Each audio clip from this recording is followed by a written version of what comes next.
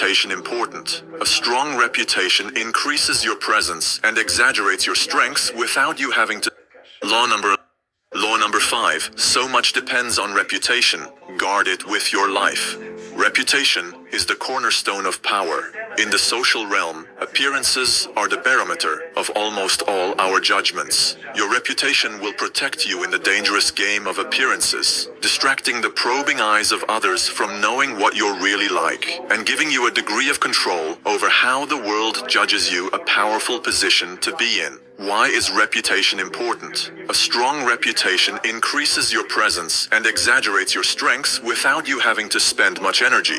It can also create an aura around you that will instill respect, even fear. In the fighting in the North African desert during World War II, the German general Erwin Rommel had a reputation for cunning and deceptive maneuvering that struck terror into everyone who faced him. Even when his forces were depleted and the British tanks outnumbered his by 5 to 1, entire cities would be evacuated at the news of his approach. As they say, your reputation inevitably precedes you, and if it inspires respect, a lot of your work is done for you before you arrive on the scene, or utter a single word. During China's War of the Three Kingdoms, AD 265, General Liang was able to fool his rival Sima Yi simply by letting his track record for being an undefeated leader in battle do the work for him. Liang's troops were far outnumbered by Sima Yi's, yet he devised a clever last resort plan.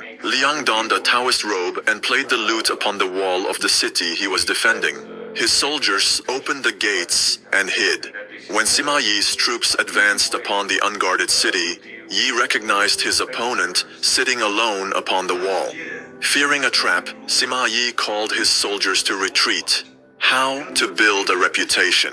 In the beginning, you must work to establish a reputation for one outstanding quality, whether generosity or honesty or cunning. This quality sets you apart and gets other people to talk about you. You then make your reputation known to as many people as possible, and watch as it spreads like wildfire. Do this subtly though. Take care to build slowly, and with a firm foundation. Reputation is a treasure to be carefully collected and hoarded. Especially when you are first establishing it, you must protect it strictly, anticipating all attacks on it. Make your reputation simple and base it on one sterling quality. This single quality, efficiency, say, or seductiveness, becomes a kind of calling card that announces your presence and places others under a spell. A reputation for honesty will allow you to practice all manner of deception. Casanova used his reputation as a great seducer to pave the way for his future conquests. Women who had heard of his powers became immensely curious and wanted to discover for themselves what had made him so romantically successful. My daughter's name is Madeline. Madeline is... We'll cover 4 ways to safeguard and grow your reputation. Never appear desperate in your self-defense against the slander of others.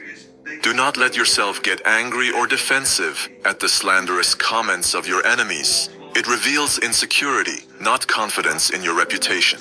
Take the high road instead, and never appear desperate in your self-defense. Number 2. Sow doubt and spread rumors about your rival.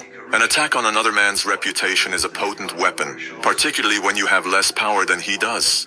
He has much more to lose in such a battle, and your own thus far small reputation gives him a small target when he tries to return your fire. P.T. Barnum used such campaigns to great effect in his early career, but this tactic must be practiced with skill. You must not seem to engage in petty vengeance. If you do not break your enemy's reputation cleverly, you will inadvertently ruin your own.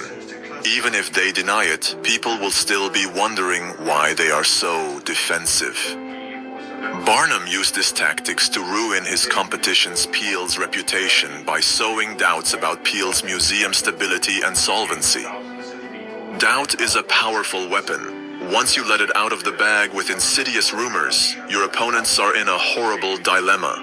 On the one hand, they can deny the rumors, even prove that you have slandered them, but a layer of suspicion will remain. Why are they defending themselves so desperately? Maybe the rumor has some truth to it. If, on the other hand, they take the high road and ignore you, the doubts, unrequited, will be even stronger. If done correctly, the sowing of rumors can so infuriate and unsettle your rivals that in defending themselves, they will make numerous mistakes. This is the perfect weapon for those who have no reputation of their own to work from. Number 3.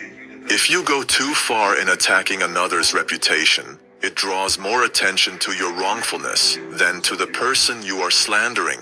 Thomas Edison, considered the inventor who harnessed electricity, believed that a workable system would have to be based on direct current. When the Serbian scientist Nikola Tesla appeared to have succeeded in creating a system based on alternating current, Edison was furious. He determined to ruin Tesla's reputation by making the public believe that the AC system was inherently unsafe and Tesla irresponsible in promoting it.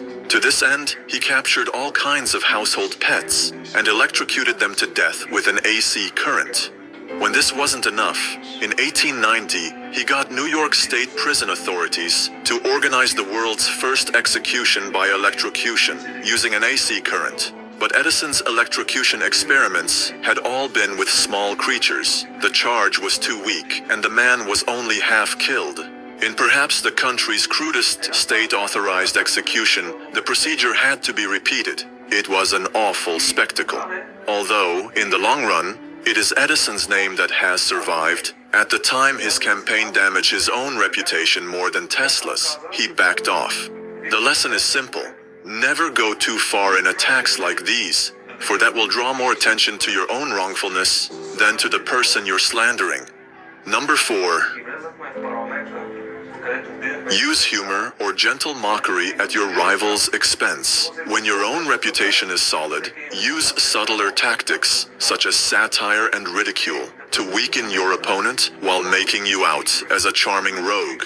The mighty lion toys with the mouse that crosses his path. Any other reaction would mar his fearsome reputation.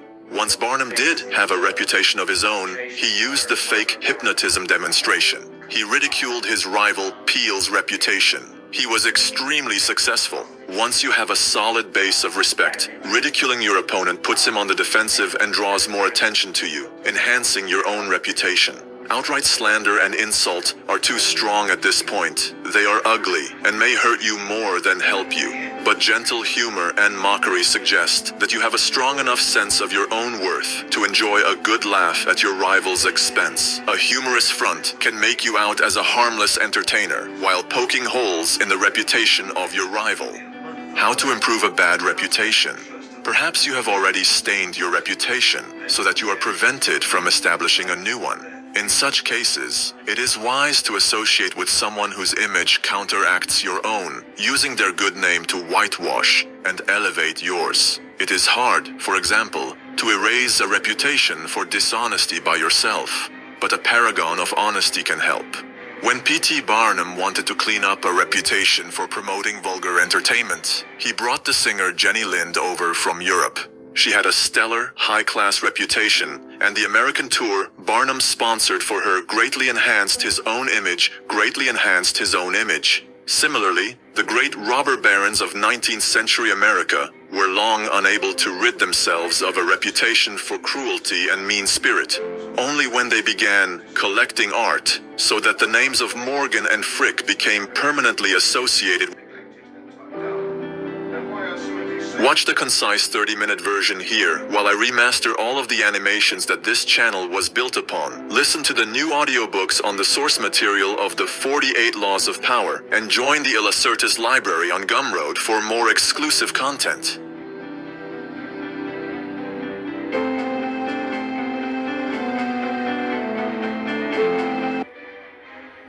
We live our lives from the outside in.